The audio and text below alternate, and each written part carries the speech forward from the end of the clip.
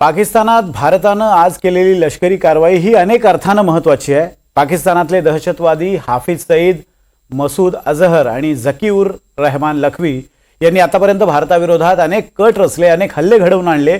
या हल्ल्यांमध्ये भारतातली कित्येक कुटुंब उद्ध्वस्त झाली आहेत। कित्येकांचे जीवलग जोडीदार मारले गेले। नुकत्याच झालेल्या पहलगाम हल्ल्यामध्ये तर कुटुंबातल्या पुरुषांना लक्ष्य करून मारण्यात आलं। आज मात्र भारतानं या सगळ्यांना उत्तर दिलंय। जीवलग गमावणं म्हणजे काय हे आज कदाचित मसूद अजहरला कळलं असेल, कारण भारतानं केलेल्या आजच्या लष्करी कारवाईत मसूद अजहरच्या कुटुंबातले 12 जण ठार झाले आहेत।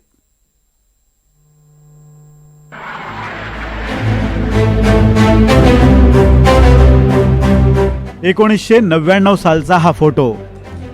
भारताचं इंडियन एअरलाइन्सचं विमान IC-814चं अपहरण करून अफगाणिस्तानातल्या कंदाहारमध्ये नेण्यात आलं। काठमांडूहून दिल्लीला जाणारं 190 प्रवाशांचं हे विमान जवळपास आठवडाभर ओलीस ठेवण्यात आलं। या विमानातल्या प्रवाशांची सुटका करण्यासाठी दहशतवादी संघटना हरकतुल मुजाहिदीननं एक अट ठेवली। ती अट होती भारतातल्या तुरुंगात असलेल्या मसूद अजहरसह 3 दहशतवाद्यांची सुटका करण्याची। प्रवाशांना वाचवण्यासाठी आठवडाभर भारत सरकार आणि हरकतुल मुजाहिदीनमध्ये खलबतं सुरू होती। अखेर 190 प्रवाशांच्या सुटकेच्या बदल्यात मसूद अजहरला सोडण्यात आलं। आज या घटनेला 26 वर्ष झाली। त्यावेळी तुरुंगातून सोडण्यात आलेला मसूद अजहर भारताचा दुश्मन नंबर 1 बनला। भारतातल्या अनेक दहशतवादी घटनांमागचा हा कारस्थानी जहाल दहशतवादी मसूद हाच दुश्मन भारताच्या टार्गेटवर होता आणि म्हणूनच ऑपरेशन सिंदूर दरम्यान मसूद अजहर राहत असलेल्या मरकजवर हल्ला करण्यात आला। या मरकजमध्ये 18 एकरवर जैश ए मोहम्मदच्या छावण्या आहेत। इथल्या जामिया मशिदीतून दहशतवादी कारवायांची सूत्र हलवली जातात। तिथलेच तळ ऑपरेशन सिंदूर दरम्यान उद्ध्वस्त करण्यात आले। भारतानं केलेल्या कारवाईत मसूद अजहरच्या कुटुंबातले 12 जण ठार झालेत।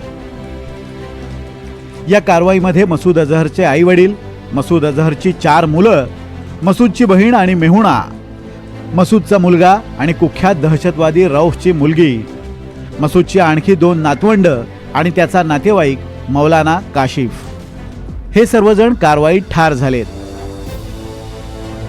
आणि त्या हल्ल्यामध्ये मसूद यांचा सर्वात मोठा साठा होता। मेन कॉन्स्पिरेटर म्हणा किंवा मेन ऑर्गनायझर म्हणा, मेन माणूस तो होता आणि तो नंतर तपासामध्ये पूर्ण निष्पन्न झाला होता, परंतु त्यांच्या आम्ही काही करू शकले नाही। त्यावेळी देखील आणि नंतर देखील ज्यावेळी प्रसार आला तर त्यांना पंजाब सरकारने लपवण्याचा प्रयत्न केला, काहीतरी कारण दाखवून त्यांना अरेस्ट केला, म्हणून त्यांना खरा म्हणजे बंगल्यावर ठेवला सर।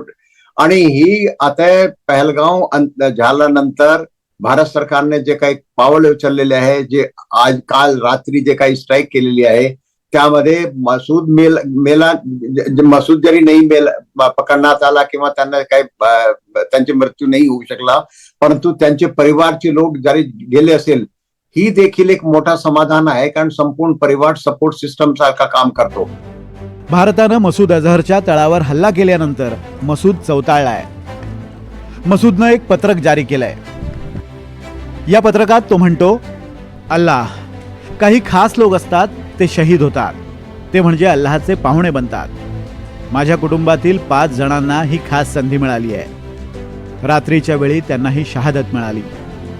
5 निष्पाप लहान मुलं, माझी आई जी खूप आजारी होती, माझे वडील, माझी बहीण आणि तिचा पती, हे सगळेजण शहीद झाले। अल्लाहनं त्यांना आपले पाहुणे बनवले। असा आनंद फक्त त्यांनाच मिळतो ज्यांच्यावर अल्लाह प्रेम करतो। त्यांच्या जाण्याची ही ठरलेली वेळ होती, पण अल्लाहनं त्यांना मृत्यूदंड दिला नाही, तर त्यांना जीवदान दिलंय। नियम मोडले गेलेत। आता तिथं कुणीही दयेची आशा करू नये। जामा मशिदीवरील बॉम्बस्फोटात शहीदांचा क्रोध आणि संताप शत्रूंवर अशा प्रकारे पडेल की अल्लाहची इच्छा असेल तर त्यांचे वंशजही त्याला आठवतील। मसूद अजहर कितीही वल्गना करत असला तरी त्याचे मनसुबे धुळीत मिळणार आहेत। मला खात्री आहे की तो सेफ ठिकाणी त्यांना ठेवलं असेल आणि ही जो हलचल जी होती गेल्या 4-5 दिवस पासून, त्यांच्या नंतर काही मोठे मोठे टेररिस्ट पाकिस्तानी ISI किंवा आर्मीने दुसऱ्या ठिकाणी देखील पाठवू शकण्याची शक्यता नाकारता येत नाही. परंतु ही पण एक मोठं यश आहे की त्यांचे परिवारचे लोक या संपूर्ण हादस्यामध्ये गेले. त्यांचे इम्पॉर्टन्स आपल्याला खरं म्हणजे आता सर्वात जास्त ऍक्टिव्ह दाऊद तिथं जरी असला तर तो इतका ऍक्टिव्ह नाही, तो फार म्हातारा झालेला आहे. ही रिलिजियस टीचिंग करतो आणि फार मोटिवेशनल त्यांचे भाषण असतात. म्हणून त्यांच्या जो ऍक्टिव्हिटीज आहे त्यांचे ऍक्टिव्हिटीजवर अंकुश होणं अत्यंत गरजेचं आहे आणि एक मोठा यश आपल्याला म्हणता येते हे संपूर्ण प्रकारामध्ये. मसूद अझहरनं जैश ए मोहम्मद या दहशतवादी संघटनेची स्थापना केली. काश्मीर, केनिया, इंग्लंड आणि सोमालियातही त्यानं दहशतवादी कारवाया केल्या. 1984 काही खास लोक असतात ते शहीद होतात, ते म्हणजे अल्लाहचे पाहुणे बनतात.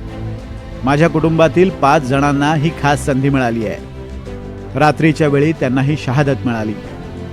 5 निष्पाप लहान मुलं, माझी आई जी खूप आजारी होती, माझे वडील, माझी बहीण आणि तिचा पती हे सगळेजण शहीद झाले. तत्कालीन वाजपेयी सरकारनं प्रवाशांच्या बदल्यात मसूदची सुटका केली. हाच तो मसूद अझहर पुन्हा एकदा भारताच्या हल्ल्यातून निसटलाय. मसूद अझहरच्या पापाचा घडा कधीच भरलाय, त्यामुळे लवकरच त्याचाही हिशोब होईल. Bureau report, NDTV Marathi, Mumbai.